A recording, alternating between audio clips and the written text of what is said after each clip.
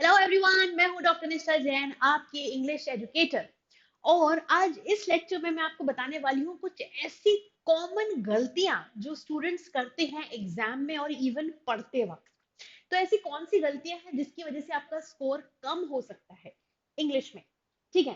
तो उसमें सबसे पहली गलती इसमें जो आती है, जैसे मैंने आपको पहले के एक लेक्चर में बताया था कि जो हमारे प्रायोरिटी होना चाहिए लर्निंग वाली, वो उसमें क्या होना चाहिए, सबसे पहले आना चाहिए grammar.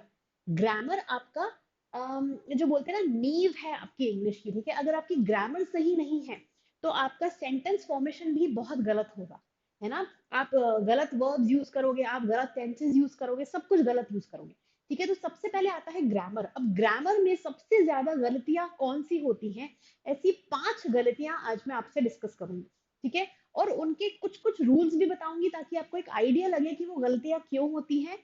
Please don't worry, last तक लेक्चर देखना है, बहुत इजी है, सब कुछ इजीली समझ में आने वाला है आपको, एंड दैट्स माय प्रॉमिस। लेकिन यहाँ पे मैं आपको सिर्फ एक ब्रीफ दे रही हूँ कि क्या गलतियां होती हैं, और उनके लिए थोड़े मोड़े जो रूल्स होते हैं वो।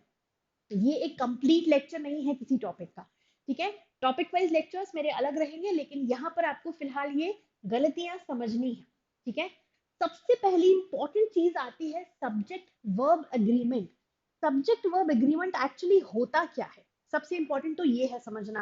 भाई सब्जेक्ट वर्ब एग्रीमेंट, सब्जेक्ट और वर्ब आपस में एग्री कर रहे हैं कि नहीं, आपस में एक दूसरे से सहमति दिखा रहे हैं या नहीं, ये होता है सब्जेक्ट वर्ब एग्रीमेंट।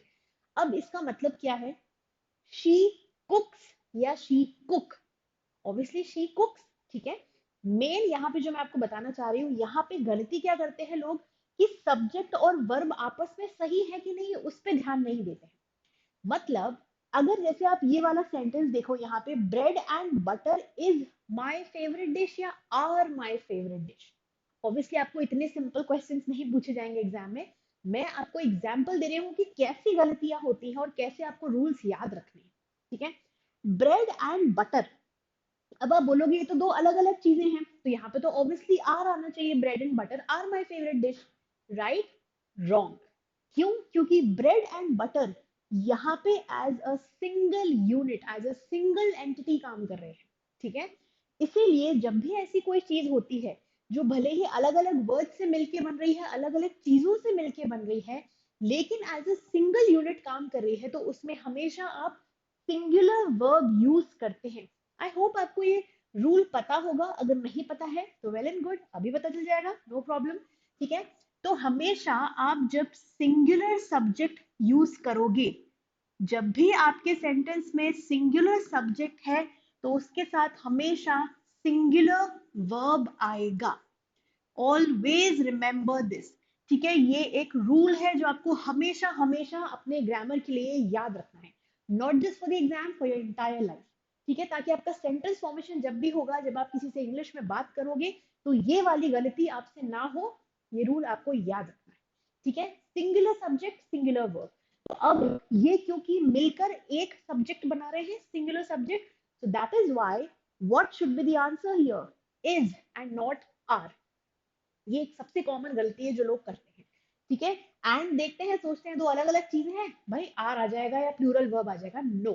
ठीक है, प्लूरल वर्ब और सिंगुलर वर्ब में एक चीज हाँ मैं यहाँ पे आपको बताना चाहती हूँ कि सिंगुलर वर्ब और प्लूरल वर्ब कैसे होते हैं। अगर मैं बोल रही हूँ शी कुक्स, तो इसमें तो एस आ रहा है, तो ये सिंगुलर वर्ब कैसे हुआ? यस। अब बहुत important difference plural singular noun में और प्लूरल सिंगुलर वर्ब में क्या होता है। जो भी आपके सिंगुलर नाउन होते हैं उसमें एस नहीं आता। जैसे मैं बोलूं बैग, ये सिंगुलर नाउन है, अगर मैं इसमें एस ऐड कर देती हूं तो फिर ये प्लूरल नाउन होता है। ऑन द अदर हैंड बिल्कुल इसका उल्टा होता है वर्ब के केस में। नाउन में एस या ईएस लगने पर प्लूरल हो जाता है, वर्ब में एस या ईएस लगने पर सिंगुलर वर्ब हो जाता है। तो बहुत सारे लोगों को ये भी कंफ्यूजन होता है, जो आई होप आज क्लियर हो गया होगा। ठीक है, एनीवे ठीक है, तो ये हो गया हमारा फर्स्ट सेंटेंस जो एक नॉर्मल सा रूल है। मैं आपको एक्चुअली इन सेंटेंसेस के थ्रू कुछ रूल्स बता रही हूँ। रूल्स तो बहुत सारे हैं सब्जेक्ट वर्ब एग्रीमेंट में जो हम आगे देखेंगे, बट अभी के लिए कुछ इंपॉर्टेंट रूल्स जो यहाँ पे बहुत ज्यादा कॉमनली पूछे जाते हैं जिससे रिलेटेड क्वेश्चंस। अब सेकंड वाला है, द टीम इज या are geared up for the match. बहुत सिंपल है, टीम है, क्लास है, टीम है, ये सब क्या है, ये कलेक्टिव नाउन्स है, राइट। कलेक्टिव नाउन के साथ हम क्या यूज करेंगे, ऑब्वियसली सिंगुलर वर्ब, नॉर्मल सा रूल है ना। तो the team is geared up for the match, correct? Yes, correct. ठीक है, चलो ये तो हमको आता है भाई, हमको तो पता है कलेक्टिव नाउन में ना इजी यूज होता है। The class is here, the class is being held there, the team is playing the match, वगैरह वगैरह, है ना। ठीक है, फाइन, वेरी गुड। चलो, फिर थर्ड वाला स्टेटमेंट है, द पुलिस हैज और हैव अराइव्ड। पुलिस क्या है, कलेक्टिव नाउन है, राइट, तो यहाँ पर आना चाहिए हैज, है ना, जैसे टीम में आया था, इजंट इट? नो, पुलिस के साथ अब अगेन एक बहुत इंपॉर्टेंट रूल है जो आपको पता होना चाहिए। पुलिस एक्चुअली रूल नहीं है, इसे एक्सेप्शन कहेंगे, कलेक्टिव नाउन्स के जो रूल का एक्सेप्शन है वो ये है कि पुलिस जो वर्ड है, ये जो नाउन है, ये कलेक्टिव नाउन तो है, लेकिन ये हमेशा प्लूरल में यूज होता है। आप ये कभी नहीं बोलोगे कि पुलिस आ गया कि पुलिस आ गई। हिंदी में तो भाई कुछ भी बोल देते हैं, हम हिंदी में इतने रूल्स हम फॉलो कहाँ करते हैं, रूल्स तो हिंदी में होते हैं बट हम फॉलो नहीं करते। भाई वो तो हमारी मदर टंग है, तो कोई भी कुछ भी बोल देता है, कुछ भी घुमा फिरा के, पर आप इंग्लिश में ऐसा नहीं कर सकते, है ना। तो यहाँ पे आपको याद रखना है, पुलिस एक एक्सेप्शन है कलेक्टिव नाउन्स का। पुलिस के साथ हमेशा आप प्लूरल वर्ब यूज करोगे, ना कि singular. The police have arrived, the police are coming. ठीक है, क्लियर है, ये एक्सेप्शन ही आपको याद रखना है। अगेन ये वाली गलती नहीं होनी चाहिए, ये एक ट्रिकी क्वेश्चन है जो आपसे पूछा जा सकता है। अब भाई आप बोलोगे कि भाई फिर भी हमको अगर पुलिस में ये बताना है कि भाई कोई एक ही आया है पुलिस में, तो क्या हम फिर भी प्लूरल यूज करेंगे? नहीं, प्लूरल यूज नहीं करेंगे। फिर हम क्या करेंगे, उस केस में हम बोलेंगे the policeman has come, the policewoman has come, the cop has come, the police officer has come. ठीक है, और a police officer has come, whatever, depends कि किस कॉन्टेक्स्ट में आप बोल रहे हो उस चीज। क्लियर है?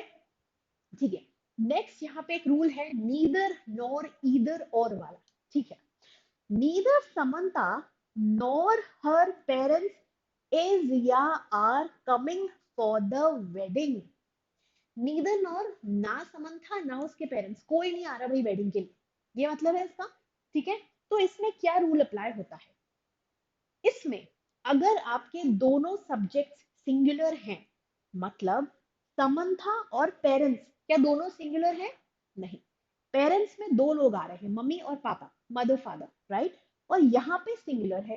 तो जब भी आपका एक सिंगुलर सब्जेक्ट है, एक प्लूरल सब्जेक्ट है, इन दैट केस जब आप नीदर नॉर ईदर और नॉट ओनली बट ऑल्सो, ये सब जो वर्ड्स है, जो कॉम्बिनेशन है, जब आप यूज करते हो, तो हमेशा हमेशा आपका क्या आएगा, वर्ब, जो आपके सेकंड सब्जेक्ट जो है, जो आपका नियरेस्ट सब्जेक्ट है आपके वर्ब के, इज आर, इसके सबसे पास कौन है, पेरेंट्स या समंथा?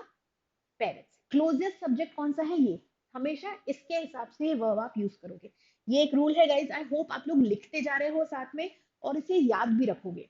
ठीक है, तो हमेशा नीदर नॉर ईदर और नॉट ओनली बट ऑल्सो, ये कुछ ऐसे कॉम्बिनेशन हैं जिसमें जब आप वर्ब यूज करते हो तो वो हमेशा आपके नियरेस्ट सब्जेक्ट पे डिपेंड करेगा।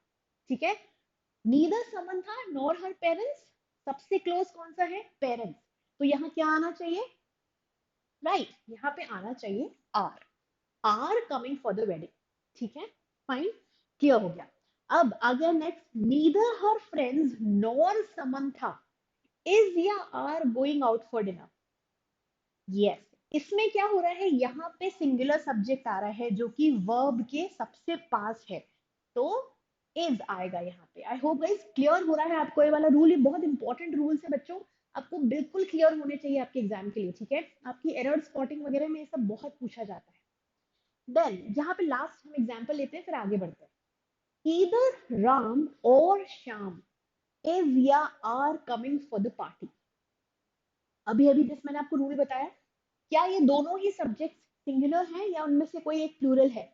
राम और श्याम दोनों सिंगुलर है, तो डजेंट मैटर। ठीक है, तो आपका यहाँ पे सिंगुलर वर्ब आएगा, दैट इज। आई होप बच्चों बिल्कुल क्लियर हो गया है ये वाला। प्लीज ये मत सोचना कि सब्जेक्ट वर्ब एग्रीमेंट इतना ही है और खत्म हो गया, नहीं, हम एक अलग टॉपिक का पूरा लेक्चर लेंगे। बट अभी आपको, क्योंकि मैं कुछ गलतियां हाईलाइट करना चाहती हूँ जो बच्चे करते हैं और जो आपको नहीं करनी है, इसीलिए मैंने ये लेक्चर अलग से लिया है कि जो कौन कौन सी कॉमन मिस्टेक्स हैं जो बच्चे एग्जाम में करते हैं। ठीक है, नेक्स्ट यहाँ पे आता है पार्ट्स ऑफ स्पीच। ठीक है, पार्ट्स ऑफ स्पीच में 8 आते हैं parts of speech. There are 8 parts of speech, right? Noun, pronoun, adjective, adverb, verb, conjunction, preposition and interjection, ये 8 पार्ट्स ऑफ स्पीच है। ठीक है, इनके बेसिस पे क्वेश्चंस पूछे जाते हैं कि भाई ये वर्ड है तो ये कौन सा पार्ट ऑफ स्पीच है। ठीक है, या उसके बेसिस पे सेंटेंस करेक्शन का पूछा जा सकता है, या कौन सा वाला सेंटेंस है जिसमें गलत लिखा हुआ है, कुछ ऐसे कुछ भी चीजें आपको पूछी जा सकती है। ठीक है, just for example parts of speech क्या होते हैं डिटेल में, अगेन उसका एक अलग मैं लेक्चर लूंगी, लेकिन अभी के लिए फिलहाल हमको समझना है कि कैसे छोटे छोटे जो गलतियां होती हैं वो होती है। Well, that's all I can say. मैंने किस तरीके से बोला उसको? Well, that's all I can say, बस इतना ही बोल सकती हूँ मैं। तो मैं क्या कर रही हूँ यहाँ पे, ये जो वेल है और ये जो सेकंड स्टेटमेंट है, Samantha I am sorry Samaya perform quite well in the test, ये दोनों सेंटेंसेस में मैंने वेल वर्ड यूज किया है। दोनों ही सेंटेंसेस में जो वेल है, क्या ये सेम तरीके से काम कर रहा है? क्या ये सेम चीज को डिनोट कर रहा है? राइट, नहीं कर रहा है। क्यों? यहाँ पे मैं कुछ एक्सप्रेस कर रही हूँ। Well, that's all I can say. Well, मैं बस यही कह सकती हूँ, वो हिंदी में बोलते हैं ना, खैर ठीक है, क्या ही कर सकते हैं, वो वाला है ये वेल। तो यहाँ पे क्योंकि मैं कुछ एक्सप्रेस कर रही हूँ, तो यहाँ पे ये क्या हुआ, ये हो रहा है हमारा इंटरजेक्शन। क्यों? क्योंकि जब भी हम कुछ एक्सप्रेस करते हैं थ्रू अ सिंगल वर्ड या through a group of words, तो वो क्या कहलाता है? इंटरजेक्शन कहलाता है। ठीक है, बट सेकंड स्टेटमेंट में ये जो वेल है, इसका क्या रोल है, ये क्या बता रहा है हमको? Samaya perform quite well in the test. मैं कुछ एक्सप्रेस नहीं, मतलब ये बोलने का तरीका है मेरा, but I am not trying to express something. मैं क्या बता रही हूँ कि समाया ने कैसा परफॉर्म किया टेस्ट में? काफी अच्छा परफॉर्म किया। तो कैसा परफॉर्म किया, जब ये किसी वर्ब के बारे में बता रहा है, तो ये क्या कहलाएगा? एडजेक्टिव और एडवर्ब। यस, जब ये किसी वर्ब को मॉडिफाई कर रहा है, वर्ब के बारे में हमें कुछ बता रहा है, तो ये हो गया हमारा एडवर्ब। ठीक है, सब कुछ हम डिटेल में देखेंगे, बट अभी के लिए कुछ एग्जांपल्स आपको समझने। ठीक है, तो आप देख रहे हो कैसे कॉन्टेक्चुअल, सी गाइस, जैसे रीडिंग कॉम्प्रिहेंशन में भी अगर आपको पूछा जाएगा तो कॉन्टेक्चुअल चीजें बहुत पूछी जाएंगी कि इस कॉन्टेक्स्ट में इसके हिसाब से यहाँ पे क्या हो रहा है। तो मैं ये नहीं बोल रही हूँ कि वेल इंटरजेक्शन है तो गलत है, या फिर यहाँ पे एडवर्ब है तो गलत है, नहीं है।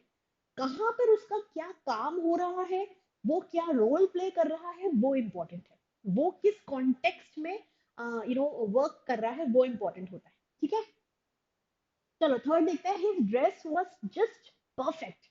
उसकी ड्रेस बिल्कुल परफेक्ट थी, है ना, बिल्कुल ऑलमोस्ट परफेक्ट ही थी। ठीक है, उसके अलावा एक सेंटेंस है, the dress fitted him perfectly.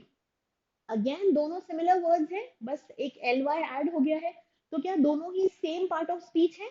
नहीं। क्यों? किस कॉन्टेक्स्ट में बोला गया है, वो किस चीज के बारे में हमको बता रहा है, वो इंपॉर्टेंट है। ठीक है, his dress was just perfect. तो अभी जो परफेक्ट है, ये किसके बारे में बता रहा है? ड्रेस के बारे में। ड्रेस क्या है? नाउन है। नाउन को मॉडिफाई करने वाला क्या कहलाता है? कौन सा पार्ट ऑफ स्पीच है? Yes, it is adjective.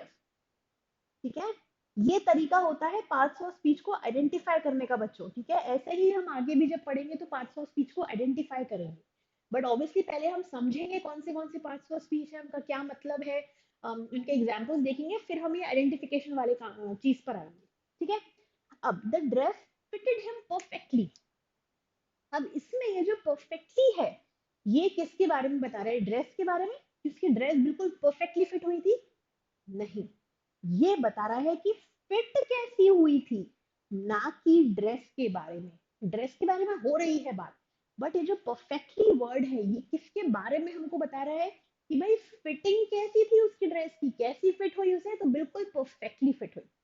ठीक है, तो अब क्योंकि ये वर्ब के बारे में बता रहा है, फिटेड क्या है, वर्ब है, ठीक है, तो यहां पर आएगा एडवर्ब। यू सी बच्चों कैसे हमको हर चीज कॉन्टेक्स्ट के हिसाब से हमको आंसर निकालना है, ठीक है, ठीक है। नेक्स्ट है Maya prefers tea to coffee, Maya's preference is tea over coffee. अभी बिल्कुल परेशान नहीं होना है बच्चों, हम हर चीज डिटेल में देखेंगे आगे, बट कैसी गलतियां होती है ये आपको समझ में आना चाहिए। भाई क्या करना है वो तो पता होना ही चाहिए, बट क्या नहीं करना है मेरे हिसाब से वो ज्यादा पता होना चाहिए कि क्या नहीं करना है। तो क्या नहीं करना है, कौन सी गलती नहीं करनी है, वो तो बहुत इंपॉर्टेंट है आपके एग्जाम के लिए, ठीक है। Maya prefers tea to coffee, Maya coffee से ज्यादा टी प्रेफर करती है। तो ये जो प्रेफर है, अब कोई एक्शन तो नहीं कर रही है वो। मैं अगर बोलूं मैं चाय से ज्यादा कॉफी प्रेफर करती हूँ, मैं ज्यादा पसंद करती हूँ, तो क्या मैं कोई एक्शन कर रही हूँ, नहीं, बट स्टिल ये क्या है, ये है हमारा वर्ब। क्यों वर्ब है, क्योंकि एडजेक्टिव नहीं है, एडवर्ब नहीं है, नाउन नहीं है, प्रोनाउन नहीं है, तो वर्ब है। ये भी एक तरीका है, बट ये एक्चुअली हमेशा कारगर नहीं होता, हमेशा एक सही अप्रोच नहीं होती, ठीक है। तो ये क्या है, हमारा वर्ब है। Clear. माया's preference is tea over coffee। अभी भी मतलब तो वही निकल रहे हैं, लेकिन अब मैं हिंदी में आपको बताती हूँ। इसमें Maya prefers tea to coffee, Maya coffee से ज्यादा टी पसंद करती है। Okay, understand this carefully. Maya का प्रेफरेंस टी से ज्यादा कॉफी है, या माया का प्रेफरेंस टी है ओवर कॉफी, ठीक है। ओके, तो Maya prefers tea to coffee, Maya coffee से ज्यादा टी पसंद करती है। Maya preference is tea over coffee, Maya की पसंद कॉफी से ज्यादा टी है। वो पसंद करती है और ये उसकी पसंद है। ये दोनों का डिफरेंस आपको समझ में आ रहा है। जो पसंद करती है वो वर्ब है, जो उसकी पसंद है ये क्या है, ये होता है नाउन, ठीक है। तो यहाँ पे प्रेफरेंस नाउन होता है। आप समझ रहे हो बच्चों कैसे आपको सॉल्व करना है क्वेश्चंस, ठीक है। चलो आगे बढ़ते हैं और तीसरी चीज हम देखते हैं यहाँ पे, इनकरेक्ट यूज ऑफ अपोस्ट्रोफिस। अच्छा ठीक है, अपोस्ट्रोफी क्या, ये जो हम लगाते हैं ना, ये होता है अपोस्ट्रोफी, ठीक है। अब इसका एक सेंटेंस देखते हैं, the cat bit its own tail. उस बिल्ली ने, हम किसी बिल्ली की बात कर रहे हैं, उसने अपनी खुद की ही पूंछ काट ली, ठीक है। अब इसमें कौन सा आएगा, इट्स या इट्स। ये भी एक बहुत कॉमन कंफ्यूजन है बच्चों का, जो कि आगे जाके एग्जाम में उनको बहुत ही मुसीबत में डाल देता है, ठीक है। तो द कैट बिट इट्स या इट्स, ठीक, अगर मैं लिख रही हूँ इट्स और मैं लिख रही हूँ इट्स, इन दोनों में क्या फर्क है, ये आपको बहुत जरूरी है पता होना। इट्स किस चीज का शॉर्ट होता है, इट इज, और इट्स क्या हमको बताता है, ये हमको बताता है किसी चीज के पोजेशन के बारे में, ठीक है। मतलब अगर मैं बोल रही हूँ उस बिल्ली ने अपनी ही पूंछ काट ली, तो क्या ये टेल उसका पोजेशन है, ठीक है। तो इसमें क्या आना चाहिए, इट्स, उसकी खुद की पूंछ। आपको जब भी कंफ्यूजन हो तो आपको क्या करना है, आपको ये जो इट्स है, जो अपोस्ट्रोफी वाला है, इसको आपको स्प्लिट करके देखना है। तो अगर आपको लगता है कि भाई the cat bit it is own tail, क्या ये सही है, नहीं, इट इज मतलब इट अपोस्ट्रोफी एस, इसीलिए वो गलत है, ठीक है। तो इट्स इसमें एकदम करेक्ट। तरीका देख रहे हो कैसे सॉल्व करना है क्वेश्चंस को। Second, looks like it's going to rain today. हाँ, अब यहाँ पे आप उसको जब स्प्लिट करके देखोगे तो ये क्या बन जाएगा, भाई लगता है आज बारिश होने वाली है। Looks like it is going to rain today, या इट्स कोई पोजेशन हम दिखा रहे हैं यहाँ पे, नहीं दिखा रहे, तो ये गलत है, ये सही है, ठीक है। हमेशा स्प्लिट करके देख लेना तो आपको बिल्कुल क्लियर हो जाएगा कि उसका मीनिंग क्या निकल रहा है, ठीक है ना। Next, is this your bag और your bag, again the same thing, your लिख रही हूं मैं एंड यू आर, अगेन ये क्या बता रहा है, ये हमको पोजेशन बता रहा है। His, hers, his, hers, its, ये सब क्या है, पोजेशंस बताते हैं हमको। ठीक है, तो योर मतलब तुम्हारा, क्या ये तुम्हारा बैग है, ये पूछ रहे हैं हम इसमें। तो कौन सा वाला आना चाहिए, योर हमको क्या दिखा रहा है, पोजेशन दिखा रहा है। ठीक है, और ये यू आर अपोस्ट्रोफे आर क्या है, ये है यू आर। जैसे होता है ना आई एम, आई एम को हम कैसे लिखते हैं शॉर्ट में, एम, बिल्कुल वैसे ही यू आर, यू आर। तो इनमें से कौन सा सही निकल रहा है यहाँ पे, is this your bag, is this you are bag, गलत, इज दिस योर बैग, तो सही। ठीक है गाइस, समझ रहे हो आप कैसे आपको अपोस्ट्रोफे वाला जो चीज है उस पर ध्यान देना है, ये भी बहुत पूछा जाता है आपके एग्जाम में। देन द स्टूडेंट्स या students scores have been gradually improving, students के स्कोर्स धीरे धीरे बढ़ते जा रहे हैं, इंप्रूव हो रहे हैं। ठीक है, अब डिपेंड करता है कि आप सिंगुलर स्टूडेंट की बात कर रहे हो या प्लूरल, एक स्टूडेंट की बात कर रहे हो या बहुत सारे स्टूडेंट्स की। अगर आप सिंगुलर एक स्टूडेंट की बात कर रहे हो तो मैं बोल सकती हूँ the students scores have been improving gradually. ठीक है, लेकिन मैं यहाँ पे मेंशन कर देती हूँ इस चीज को, ये कब सही होगा, जब हम सिंगुलर या सिंगल स्टूडेंट की बात कर रहे हैं। ठीक है, लेकिन ये कब सही होगा, जब हम प्लूरल की बात कर रहे हैं, मतलब जब हम मल्टीपल स्टूडेंट्स की बात कर रहे हैं तो फिर ये सही होगा।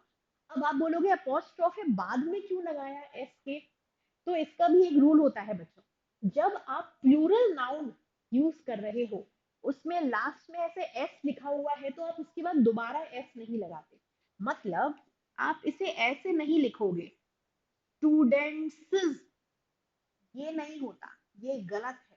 ठीक है, हमेशा उस एस के बाद अपोस्ट्रोफे आएगा और फिर उसके बाद एस नहीं आएगा, रूल है।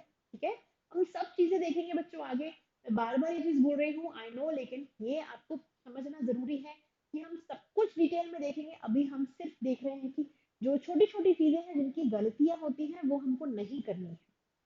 ठीक है, okay, she is been waiting for you since 8 in the morning.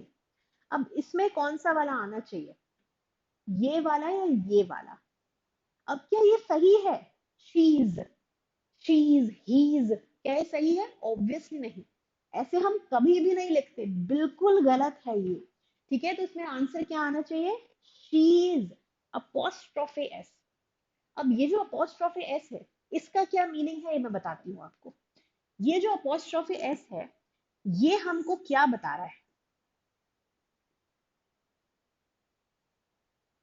इसके दोनों मतलब निकल सकते हैं, शी इज, शी हैज, दोनों को ही हम अपोस्ट्रोफी एस लगाकर लिख सकते हैं गाइस। ठीक है, ये छोटे छोटे रूल्स हैं जो हमको पता होना चाहिए हमारे एग्जाम को क्रैक करने के लिए, हमारे इंग्लिश में 100% लाने के लिए। ठीक है, तो शी इज बीन वेटिंग, तो हम शॉर्ट में क्या बोल रहे हैं, she has been waiting for you since 8 in the morning, वो तुम्हारे लिए वेट कर रही है सुबह 8 बजे से। ठीक है, तो शी इज या शी हैज, दोनों आप जब भी आप कंफ्यूज हो स्प्लिट करो, जब अपोस्ट्रोफी एस लगाए तो उसको स्प्लिट करो और उसका मीनिंग निकाल के देखो, आपको आंसर मिल जाएगा। ठीक है, लास्ट है यहाँ पे थैंक गॉड इट्स फ्राइडे। अब अगेन इट्स और इज, इट्स ये जो सेकंड वाला है इनमें से कौन सा आना चाहिए यहाँ पे रूल के हिसाब से, तो यहाँ पर आना चाहिए इट इज या इट्स, पोजेशन है नहीं है, thank God it is Friday, thank God आज फ्राइडे है। ठीक है, आज ये फ्राइडे है, thank God I am so happy. ठीक है, ये मतलब हो रहा है इसका, इसीलिए ये करेक्ट। ठीक है गाइज, ओके, चलो हम नेक्स्ट जो गलती होती है कॉमन उस पर बढ़ते हैं आगे, इनकरेक्ट प्रेपोजिशन। प्रेपोजिशन और कंजंक्शन में काफी लोग कंफ्यूज होते हैं, तो कंफ्यूजन नहीं होना चाहिए बिल्कुल भी। ठीक है, she prefers to eat late in night, late at night. अब ये एक रूल है जो आपको पता होना चाहिए, इन मॉर्निंग होता है, इन आफ्टरनून होता है, एंड और क्या होता है, इवनिंग, इन इवनिंग होता है। ठीक है, इन the morning, in the afternoon, in the evening, fine. तो ये जो है इनके साथ इन यूज होता है हमेशा। एट किसके साथ यूज होता है? नाइट के साथ। ठीक है, अब भाई ऐसा क्यों? तो ऐसा है, हम कुछ नहीं कर सकते गाइस इसमें। ठीक है, तो ये है तो है, आपका नाम ये क्यों है पता नहीं है, तो बस सेम चीज यहाँ पे अप्लाई होती है। रूल है, रूले इज रूले। ठीक है, ऐसे याद रखना है आपको। ठीक है, तो एट नाइट होता है, मॉर्निंग आफ्टरनून इवनिंग में इन आता है, तो उस रूल के हिसाब से यहाँ पे क्या आना चाहिए? She prefers to eat late at night. Simple, rule पता है, यूजेज पता है, तो आंसर करेक्ट होगा। सेकंड है यहाँ पे, he will arrive on at 2 PM today. जब भी आप ऐसे किसी टाइम की बात कर रहे हो तो आप ऑन नहीं बोलते हो। मैं ये नहीं बोलूंगी I will come on 10 AM, नहीं, I will say I will come at 10 AM। ठीक है, तो क्या रूल है यहाँ पे?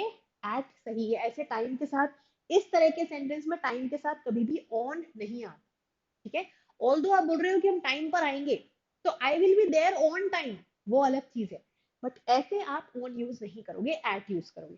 ठीक है, I think she is going to ask me in something, at something, for something, of something, क्या आएगा यहाँ पे?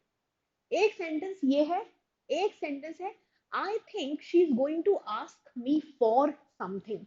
अब बच्चों देखो, सी आप जितनी रीडिंग की प्रैक्टिस करोगे, जितने क्वेश्चंस प्रैक्टिस करोगे, आपको उतना डिफरेंस समझ में आएगा। जितनी आप क्लासेस मेरे साथ अटेंड करोगे, जितना आप हर कॉन्सेप्ट को समझोगे मेरे साथ, उतना इजी आपके लिए रहेगा इस तरह की जो गलतियां हैं इनको रूल आउट करना। क्या ये दोनों सेंटेंसेस गलत हैं, सही है? कौन सा सही है, कौन सा गलत है? I think she is going to ask me dash something. I think she is going to ask me for something. तो मैं आपको बता दूं, ये दोनों ही सेंटेंसेस करेक्ट हैं। यस, ये जो बीच में मैंने डैश लगाया था आपको कंफ्यूज करने के लिए लगाया था, इसमें कुछ नहीं आएगा। ठीक है, अब मतलब क्या निकल रहा है दोनों सेंटेंस का? देखो, एक वर्ड से सेंटेंस का मीनिंग कैसे चेंज होता है। I think she is going to ask me something, मुझे ऐसा लगता है कि वो मुझसे कुछ पूछने वाली है। I think she is going to ask me something, मुझे ऐसा लगता है कि वो मुझसे कुछ पूछने वाली है। ये हो गया इसका मतलब। I think she is going to ask me for something, I think मुझे ऐसा लगता है कि वो मुझसे किसी चीज के लिए पूछने वाली है। ठीक है, कोई हेल्प मांगने वाली है, कुछ करने को बोलने वाली है। ये मतलब हो रहा है यहाँ फॉर लगने से। You see that guys? Yes, okay. चलो नेक्स्ट क्वेश्चन या नेक्स्ट स्टेटमेंट है यहाँ पे, I don't agree to with you in this situation, I don't agree to with to what she said. I think शायद काफी सारे बच्चों को आप में से रूल नहीं पता होगा। अग्री विथ और अग्री टू, इसका क्या रूल है? अग्री विथ, एग्री नहीं होता है तो वो अग्री होता है। ठीक है, अग्री विथ, अग्री टू, इसमें डिफरेंस है। यू अग्री विथ समवन, किसी पर्टिकुलर इंसान से आप एग्री जब करते हो तो यू एग्री विथ, यहाँ पे मैं समवन लिख देती हूँ ताकि आपको ये चीज क्लियर हो जाए। ठीक है, यू अग्री विथ समवन, किसी से आप एग्री करते हो। You agree to something. ठीक है, ये रूल हमेशा याद रखना बच्चों, तो आपको कभी कंफ्यूजन नहीं होगा। किसी चीज से आप जब एग्री कर रहे हो तो टू आएगा, किसी इंसान से जब आप एग्री कर रहे हो तो विथ आएगा।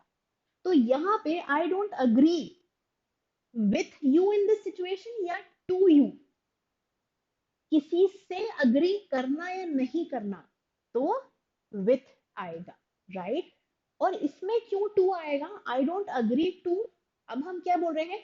उसने जो कहा उससे मैं अग्री नहीं करता या नहीं करती, तो उससे मैं एग्री नहीं कर रही ऐसा नहीं है, उसने जो कहा उससे मैं एग्री नहीं कर रही। Getting the difference?